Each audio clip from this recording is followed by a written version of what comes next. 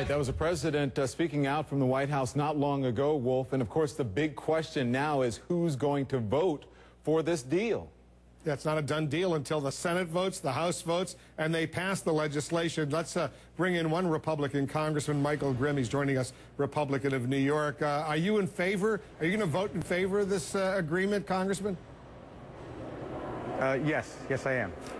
Tell us why you like it, because we heard some Tea Party activists earlier, and I know you're sympathetic to the Tea Party movement. They're concerned, and a lot of them are suggesting this is something they can't live with. Well, I think part of it is the frustration that this new class in the Tea Party movement wants bold changes to Washington immediately. The reality is Washington is systemically broken, much worse than even I imagined until you get here and see it.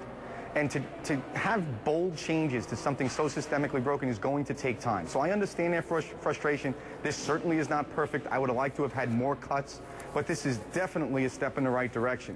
We are, for the first time in America's history, we are going to make sure that we actually cut spending more than we're raising the debt ceiling. That's never been done before. That is a historic change, and we have to realize that. Is it all we wanted? No, it's not perfect, but it is certainly a good step forward.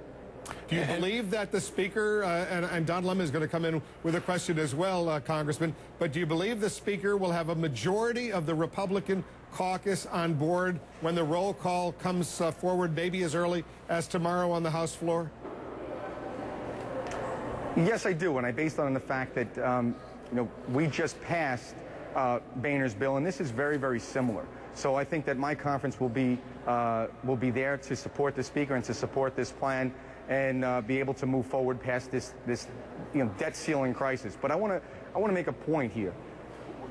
Nobody should be celebrating tonight because our country is still laden with an unbearable debt. We still have a debt crisis. Just because we've started to put the right foot forward, we still have a debt crisis that we have to deal with. We still have to worry that the rating agencies will downgrade our AAA rating. Let's hope that this plan that's coming forward is enough to discourage the S&P or Moody's from downgrading our AAA rating.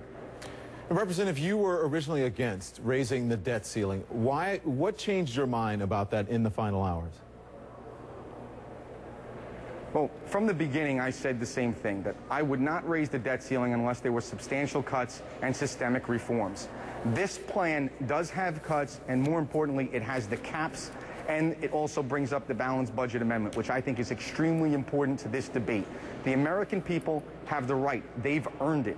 The simple truth is that they should vote on whether we should have a balanced budget amendment. But the only way for them to vote is for us to send it to the states. That means the House and the Senate has to pass it so that the states can ratify it. I think that this brings that debate to the forefront, and it will allow the American people to let their voices be heard even more. I've been listening, but I fear that some of my colleagues, especially on the other side of the aisle, have not been listening to the American people, and they deserve that.